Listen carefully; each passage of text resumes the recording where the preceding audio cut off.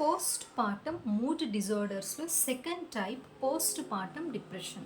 ఈ postpartum depression అనేది 7 new మామ్స్లో ఒక మదర్కి వచ్చే అవకాశం ఉంటుంది.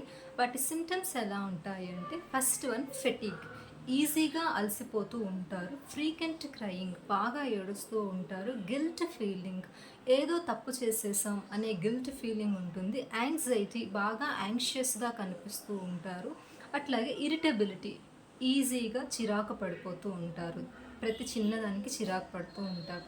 అలాగే ఇంకా ముఖ్యమైనది ఏంటి అని అంటే, ఒక మదర్గా వాళ్ళ బేబీకి కావాల్సిన కేరింగ్ అండ్ లవ్ వాళ్ళు ఇవ్వలేరు, వాళ్ళ గురించి వాళ్ళు కూడా కేర్ తీసుకోలేరు.